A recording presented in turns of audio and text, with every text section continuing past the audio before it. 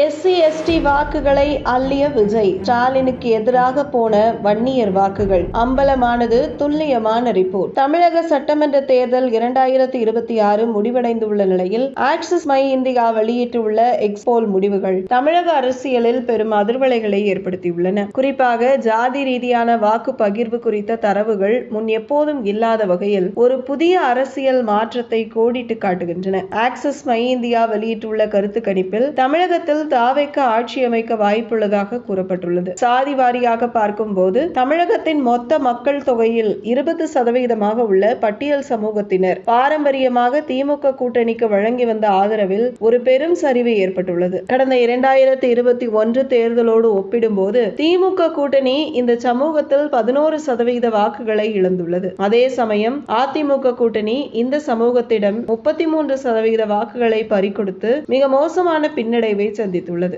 இந்த இரண்டு பெரிய கட்சிகளின் இழப்பும் தமிழக வெற்றி கழகத்திற்கு மிகப்பெரிய லாபமாக மாறியுள்ளது. முதல் தேர்தலிலேயே 42% SC வாக்குகளை பெற்று அந்த சமூகத்தின் முதன்மை விருப்பமாக டிவிகே உருவெடுத்துள்ளது. அதேபோல் 1% மக்கள் தொகை கொண்ட பழங்குடியின மக்களிடமும் டிவிகே 47% வாக்குகளை பெற்றுள்ளது. திமுக கூட்டணி இங்கு 9%, அதிமுக கூட்டணி 31% வாக்குகளையும் இழந்துள்ளன. இது விளிம்பு நிலை மக்கள் மாற்றத்தை விரும்புவதை காட்டுகிறது. தமிழக அரசியலின் முதுகெலும்பாக கருதப்படும் இதர பிற்படுத்தப்பட்ட மற்றும் மிகவும் பிற்படுத்தப்பட்ட சமூகத்தினர் 28% பேர் இந்த முறை தங்கள் ஆதரவை சிதறவிட்டுள்ளனர். இங்கு திமுக கூட்டணி 12% வாக்குகளையும் அதிமுக கூட்டணி 21% வாக்குகளையும் இழந்துள்ளன. ஆச்சரியப்படும் விதமாக தமிழக வெற்றி கழகம் 36% வாக்குகளை பெற்று இந்த சமூகத்திலும் முன்னிலை பெற்றுள்ளது. இவை அனைத்தும் ஆக்சிஸ் மை இந்தியா கருத்து கணிப்புகளில் தெரிய வந்துள்ளது.